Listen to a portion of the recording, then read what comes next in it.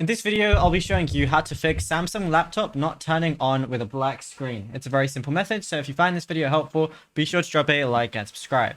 Now, the first thing you want to do is execute a hardware power drain. So disconnect all external devices like USB drives, external monitors, etc.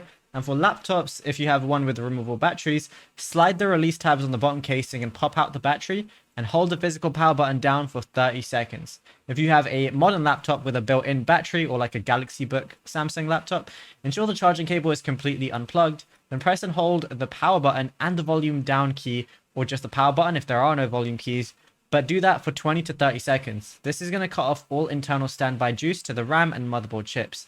Then plug only your official AC power adapter back into the wall, wait 5 seconds and press the power button normally and see if that works. Now, what you can also do is trigger the direct Windows graphic wake command.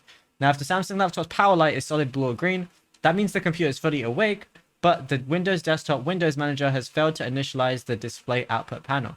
So what you want to do is press the Windows key, Control, Shift, and B all together simultaneously.